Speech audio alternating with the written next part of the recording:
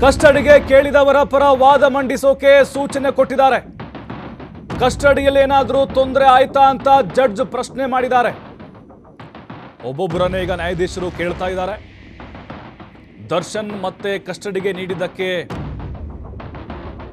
ವಕೀಲರು ಈಗ ಆಕ್ಷೇಪವನ್ನು ವ್ಯಕ್ತಪಡಿಸಿದ್ದಾರೆ.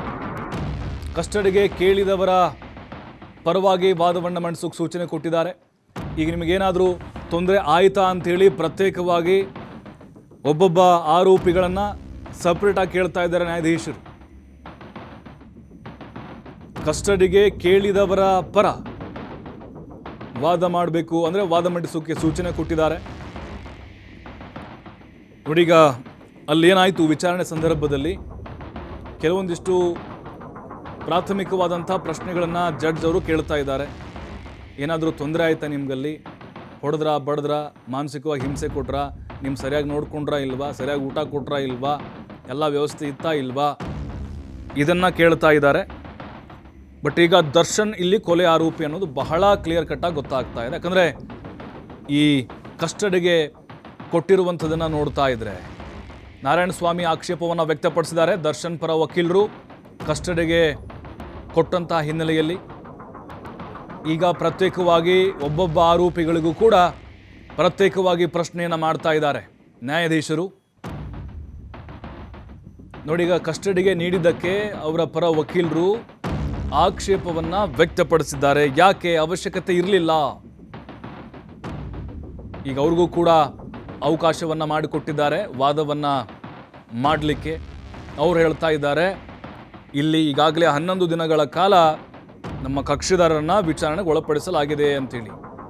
ಸ್ಥಳ ಮಹಜರಾಗಿದೆ, ಮೊಬೈಲ್ ಜಪ್ತಿಯಾಗಿದೆ, ವಾಹನ ರಿಕವರಿ ಆಗಿದೆ, ಇನ್ನೇನು ಬಾಕಿ ಇದೆ ವಿಚಾರಣೆ, ಅವ್ರನ್ನ ನ್ಯಾಯಾಂಗ ಬಂಧನಕ್ಕಾದರೂ ಕಳಿಸ್ಕೊಡಿ, ಈ ರೀತಿಯಾಗಿ ವಾದವನ್ನು ಮಂಡಿಸಿದ್ದಾರೆ ಅವರು. ಬಟ್ ಫೈನಲಿ ಈಗ ಪವಿತ್ರ ಗೌಡ ಸೇರಿ 11 ಜನ ಪರಪ್ಪನ ಅಗ್ರಹಾರ, ಉಳಿದಂತೆ ದರ್ಶನ್ ಸೇರಿ 6 ಜನ ಮತ್ತೆ ಪೊಲೀಸ್ ಕಸ್ಟಡಿಗೆ ವಿಸ್ತರಣೆ ಮಾಡಲಾಗಿದೆ ಅವರಿಗೆ.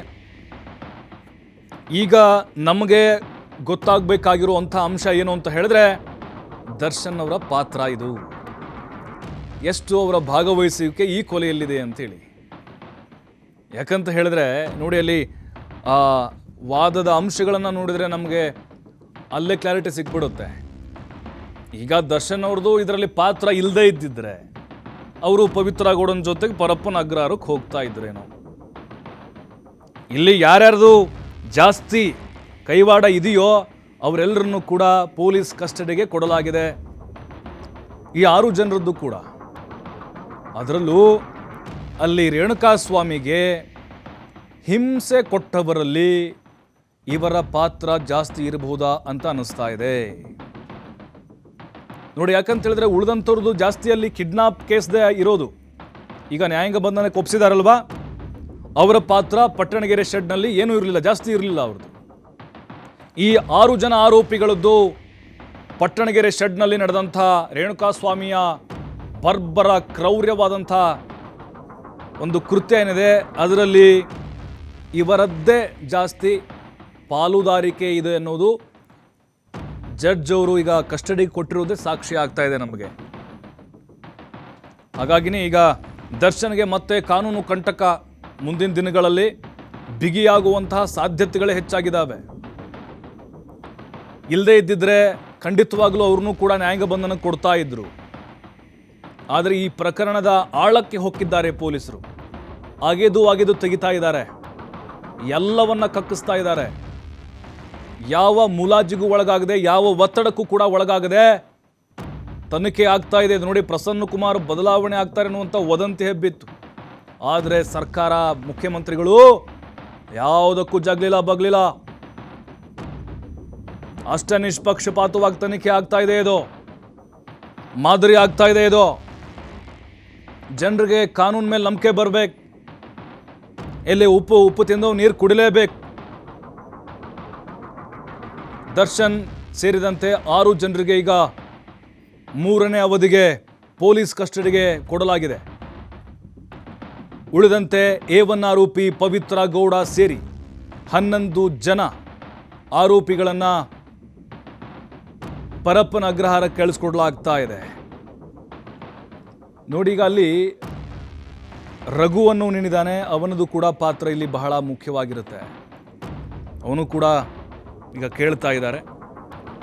SPP ಅವರು ಬಹಳ ಬಲವಾಗಿ ವಾದವನ್ನು ಮಂಡಿಸಿದ್ದಾರೆ.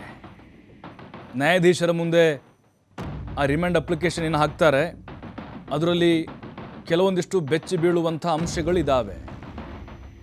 ಯಾಕೆಂದರೆ ಅವರು ಮೆರೆದಂತಹ ಕ್ರೌರ್ಯ ಏನಿದೆ, ಅವತ್ತು ರೇಣುಕಾ ಸ್ವಾಮಿಯನ್ನು ಕೊಂದಂತಹ ಆ ರೀತಿ ಏನಿತ್ತು, ಅವನು ಹಿಂಸೆ ಯಾವ ರೀತಿಯಾಗಿ ಕೊಟ್ಟಿದ್ರು ಇವರು, ಸಾಕ್ಷಿಗಳು ಏನು ಹೇಳ್ತಾವೆ, ಇದೆಲ್ಲವನ್ನು ಕೂಡ ನ್ಯಾಯಾಧೀಶರ ಗಮನಕ್ಕೆ ತರಲಾಯಿತು.